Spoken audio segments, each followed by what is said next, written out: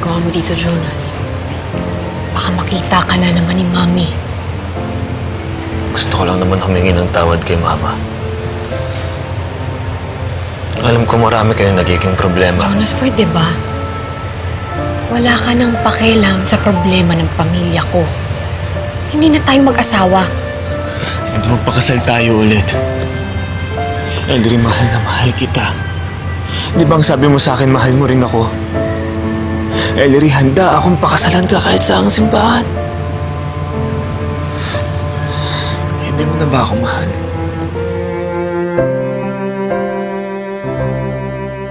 Nangyari na ang kinakatakutan ko dati, Ma. Ipinanganak na ni Bridget ang anak nila ni Jonas. Ellery, makinig ka sa akin. Kahit kailan, hindi magiging tahimik ang pagsasama niyo. Naaawa na kasi ako dun sa anak ni Bridget. Sobrang lubha ng sakit niya. Inugin mo na sa kanila si Jonas, Ellery. Parang awa mo na. Oo, Jonas. Aaminin ko, mahal pa rin kita. Pero madamot ang pagmamahal ko. Ayoko ng tingi-tingi.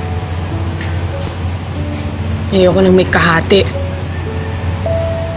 Hindi mo naman mabibigay sa akin ang buong sarili mo eh. Dahil merong isang bata na may sakit na nangangailangan ng pagmamahal mo. Hindi na kita kailangan, Jonas. Sa anak mo na lang kay Bridget ibigay ang buong pagmamahal mo. Ellery, may anak rin tayo nangangailangan ng isang ama.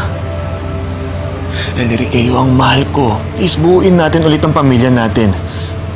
Pwede mo naman suportahan si Samantha nang hindi tayo nagsasama. At isa pa, malusog siya, wala siyang sakit. Kaya ko siyang alagaan ng mag-isa. Pero Ellery, Sinasayang mo lang ang panahon mo dito, Jonas. Kung gagamitin mo ang oras mo sa anak mo may sakit, baka matuwa pa ako.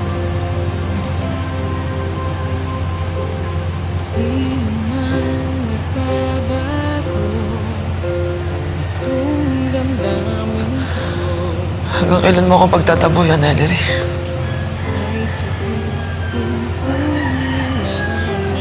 Umalis ka na, Jonas. Please. Hindi ko na